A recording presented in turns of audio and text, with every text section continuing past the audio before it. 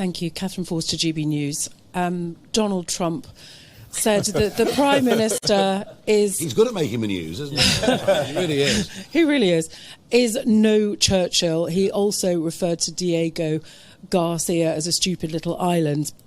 What do you make of those comments? And you're very keen on British sovereignty. Surely there has to be times at which we can say no to an American president. And also, if I could ask Sir Robin and Clive, you've defected from Labour to Reform. You've said that they've abandoned sort of British working class people. Who do you feel that the Labour Party is for now? Thank you. OK, I'll start with this. Well, to say he's no Churchill is quite an understatement, really, I would have thought. I mean, the man has dithered, he's all over the place, he's not a leader, he's a follower. His performance has been abject over the course of the last few days, added to which we haven't even got a Royal Navy that's serviceable anymore. So I'm not surprised he said what he said. Look, there are times to say no to the Americans, absolutely. You know, we should have said no a couple of times in the last 25 years. And, of course, because Saddam Hussein didn't pose any direct threat to this country, they had to invent a threat. I would argue in the case of Iran, since the 7th of October, this country has fundamentally changed as a result of terrorism funded by Iran. And frankly, if this operation stops Iran getting a nuclear weapon, it would have been worth it. And I believe that very, very strongly. I'm normally incredibly nervous about intervening in foreign wars. I believe this is the right one. As far as Diego Garcia is concerned, well, yeah, I think the little island he talked about was another one, actually, not Diego Garcia. But his geography, Trump's geography on the Chagos Islands is not perhaps fully up to speed. Diego Garcia has suddenly become incredibly important. The fact that a British Prime Minister said no, and that 2-man planes had to fly 37-hour round trips, think about that, from Missouri to complete their missions is why he's so upset. What I would also point out, Catherine, overnight there's been a missive from the Mauritian Prime Minister in which he says that he believes America's actions are against international law, and he calls for an immediate ceasefire. And what that tells you is if the handover of the sovereignty of the Chagos Islands, including Diego Garcia, was to go ahead, an American president would need to ask a heavily Chinese-influenced Mauritian Prime Minister for permission, and it's perfectly clear that even after Starmer says yes, Mauritius are saying ceasefire, stop, no. And I think that will be the final nail in the coffin. You know, the government have made it clear all along that they do need American agreement. Jonathan Powell did a great job. He lied his way around Washington for month after month after month, saying there was a legal imperative for us to do this when it was never, ever true.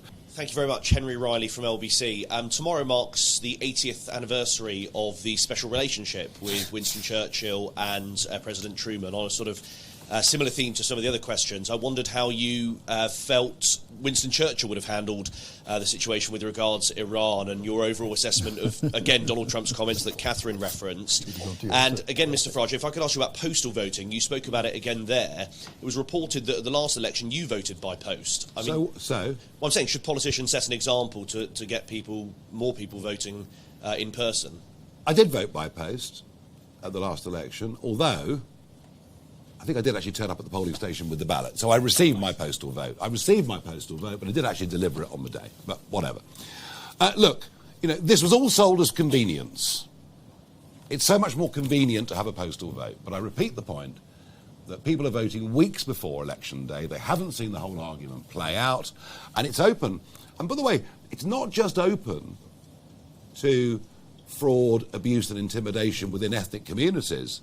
Actually, I have watched a postman in a northern town on polling day delivering postal votes, and a party activist following 100 yards down the street. Hello, Mrs. Smith, I've come to collect your postal vote. Now, provided that person doesn't physically touch the ballot paper, they're still acting within the law. But even that has the potential to be intimidatory. There is no form of postal voting mass postal voting that has been put in place anywhere in the world that is not open to massive, massive doubt. The special relationship, we've had our ups and downs. Suez was a big down. You could argue that saying no to Vietnam was a difficult moment. So we have our ups and downs. We're not always going to agree. But I think you've seen, over the course of the last few weeks and months, a deteriorating relationship between the Prime Minister and the President. And I have to say, I never thought it would work. Starmer is just not the kind of guy that can bowl into the Oval Office and speak to Donald Trump face to face. And I think the choice of ambassador, let's just not forget, what has happened post-Mandels is also pretty embarrassing for pretty much everyone involved. I mean, Trump's going to be saying to himself, isn't he, why did they send me this guy? And he was that compromised and had been kicked out of British politics times before. What was Keir thinking, sending me this guy that I was due to have trusted conversations with? I do not believe the relationship between Trump and Starmer will improve. It'll have to wait for the next Prime Minister, whenever that is. And what of Winston Churchill, sorry? Winston Churchill was terrified by extremism, utterly terrified by extremism. He physically fought against extremism in 1897, and he'd seen that fanaticism, and it's why when the National Socialists took power in 1933, he was almost alone in British politicians in seeing the danger. He'd seen extremism before. He saw it again with National Socialism and the Nazis, and I do not for a moment believe that Winston Churchill would have much support for a regime that publicly executes thousands of people. Do you know they'd publicly executed 5,000 gays? Just as one example of a group of people that they hang from cranes. So, yeah, I think Churchill would have been very much in favour. As I repeat, there are risks with any form of military action. But to me, the big win is if we stop them developing a nuclear weapon, this will be a success. That is my view. Okay. Anna Gross, Financial Times. You have quite a diverse coalition now, I think, as this press conference shows, and not everyone agrees on every topic. I hope not. One of the biggest problems I think that the Labour government has faced is, obviously civil service has been a bit of a blocker, international law also a bit of a blocker, but I think also just dissent from their own MPs, huge rebellions that have frustrated their efforts to get pretty much any of the major things that they've wanted to get done.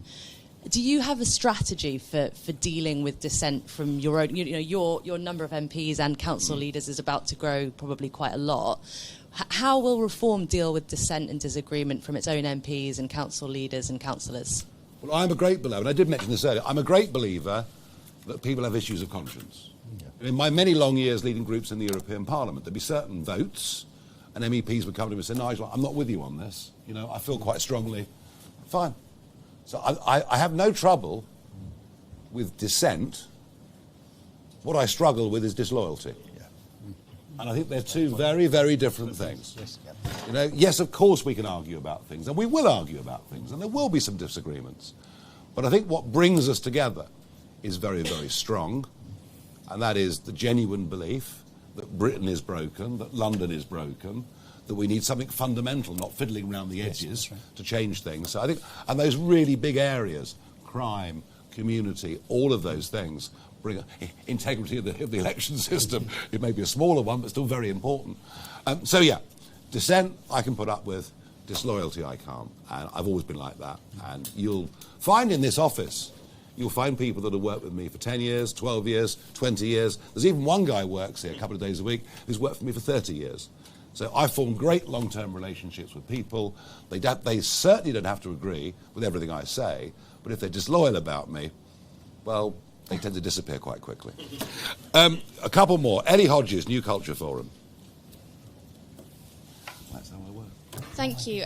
Nigel, how do you respond to critics who say that by bringing in former Conservative figures and Labour figures as well, can't win, can I? you risk losing your identity as an anti-establishment party? And do you even want to be known as an anti-establishment party anymore? And Sir Robin, you mentioned what you call indoctrination in schools. How exactly would you deal with this when in reality you can't really police what teachers say in the classroom? Thank you.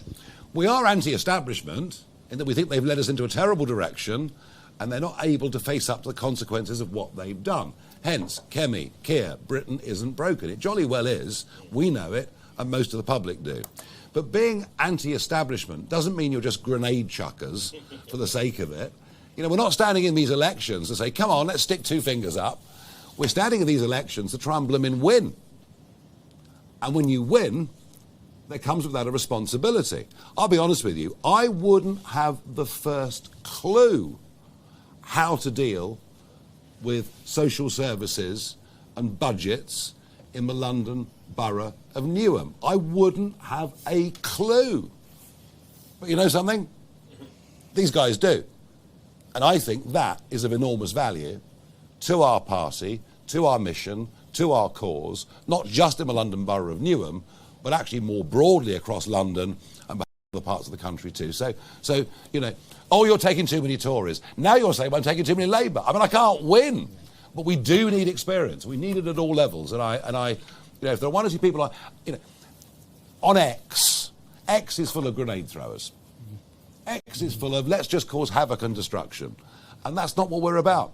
We're actually about trying to put at all levels in this country a different type of government with a different set of priorities. And you know, maybe some will say we're old-fashioned, but we actually happen to think that the family matters, community matters, and the country matters. And they're the values that we stand on. That's what we're